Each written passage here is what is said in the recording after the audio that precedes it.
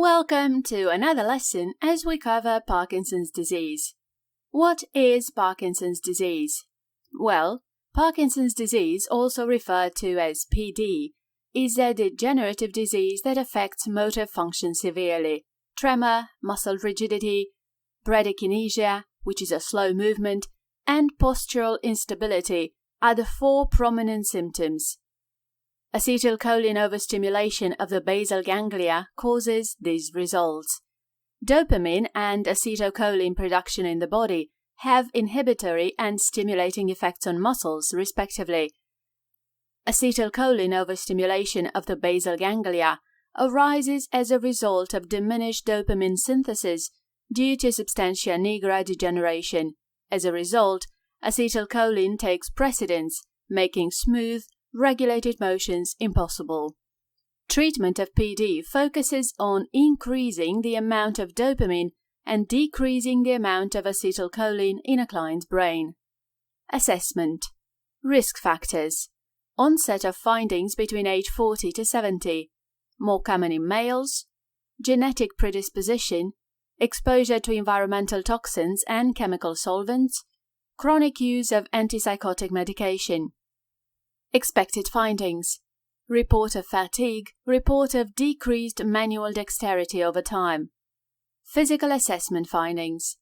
Stooped posture, slow, shufflings and propulsive gait, slow, monotonous speech, tremors, pill rollings tremor of the fingers, muscle rigidity, rhythmic interruption or total resistance to movement, bradykinesia or akinesia, mask-like expression, autonomic findings such as orthostatic hypotension, flushing and diaphoresis, difficulty chewing and swallowing, drooling, dysarthria, mood swings, cognitive impairment such as dementia. Laboratory tests. There are no definitive diagnostic procedures. Diagnosis is made based on manifestations, their progression, and by ruling out other diseases.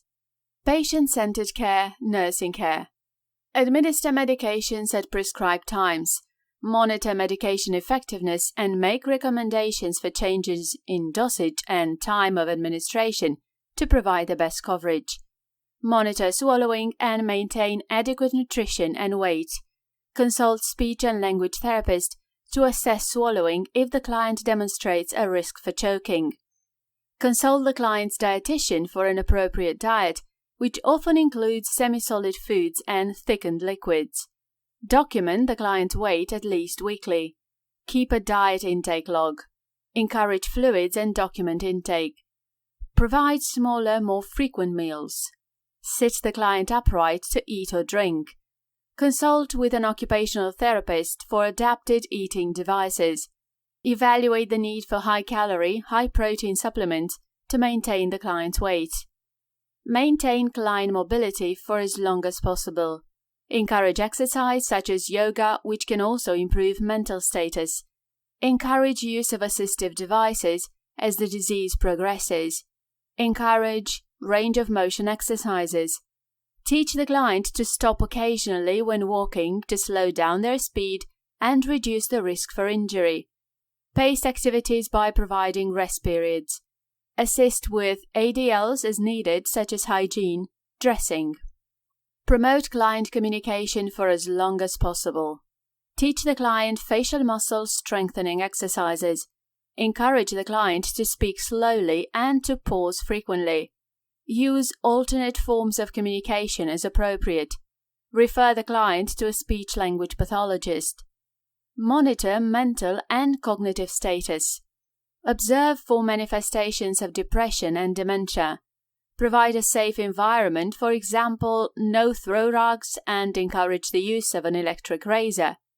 Assess personal and family coping with a client's chronic degenerative disease. Medications. Can take several weeks of use before improvement of manifestations is seen. While the client is taking a combination of medications, maintenance of therapeutic medication levels is necessary for adequate control. Dopaminergics. When given orally, medications such as levodopa are converted to dopamine in the brain, increasing dopamine levels in the basal ganglia. Dopaminergics can be combined with carbidopa to decrease peripheral metabolism of levodopa, requiring a smaller dose to make the same amount available to the brain. Adverse effects are subsequently less.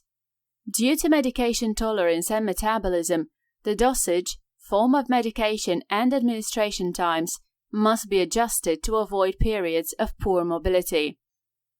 Nursing actions. Monitor for the wearing off phenomenon and dyskinesias, which is problems with movement, which can indicate the need to adjust the dosage or time of administration or the need for a medication holiday. Dopamine agonists.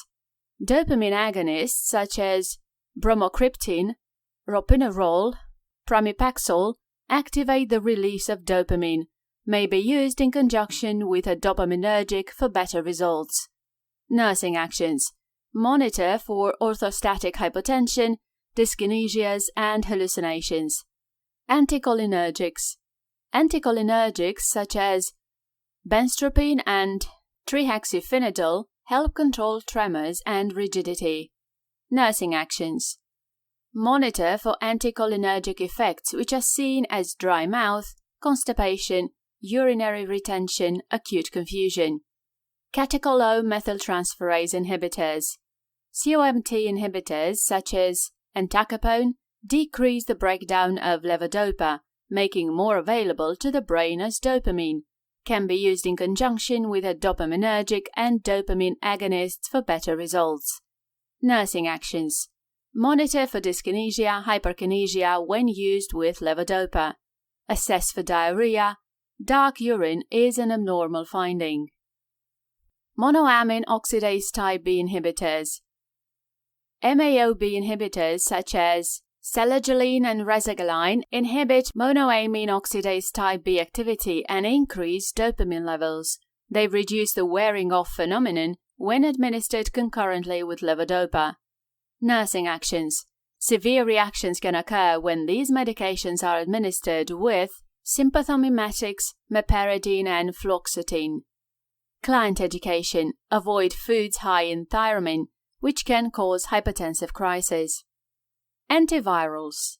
Antivirals such as amantadine stimulate the release of dopamine and prevent its reuptake. Nursing actions. Monitor for discoloration of the skin that subsides when amantadine is discontinued. Client might experience anxiety, confusion, and anticholinergic effects. Therapeutic procedures. Stereotactic palidotomy or thalamotomy. Strict eligibility criteria generally include those who have not responded to other therapies.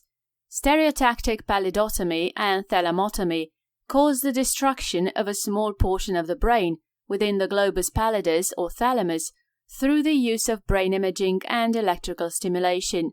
Mild electrical stimulation is provided through a burr hole to a target area. The client is assessed for a decrease in tremors and muscle rigidity. When a decrease is elicited, a temporary lesion is formed and the client is reassessed. If symptomatic relief is demonstrated, such as the alleviation of tremors and rigidity, a permanent lesion is made. Nursing actions. Assess for a neurologic impairment and brain hemorrhage postoperatively. Deep brain stimulation. An electrode is implanted in the thalamus.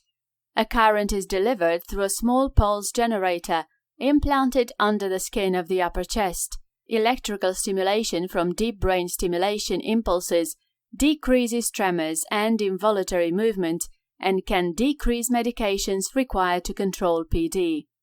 Nursing actions. Monitor for infection, brain hemorrhage, or stroke-like findings. Complications. Aspiration pneumonia. As PD advances in severity, alterations in chewing and swallowing worsen, increasing the risk for aspiration. Nursing actions. Use swallowing precautions to decrease the risk for aspiration. Develop an individual dietary plan based on the speech therapist's recommendations.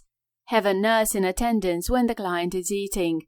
Encourage the client to eat slowly and chew thoroughly before swallowing. feed the client in an upright position and have suction equipment on standby. Evaluate the need for enteral feedings to maintain weight and prevent aspiration as PD progresses. Altered cognition such as dementia and memory deficits. Clients in advanced stages of PD can exhibit altered cognition in the form of dementia and memory loss. Nursing actions.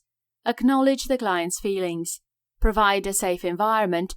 Develop a comprehensive plan of care with the family, client, and interprofessional team.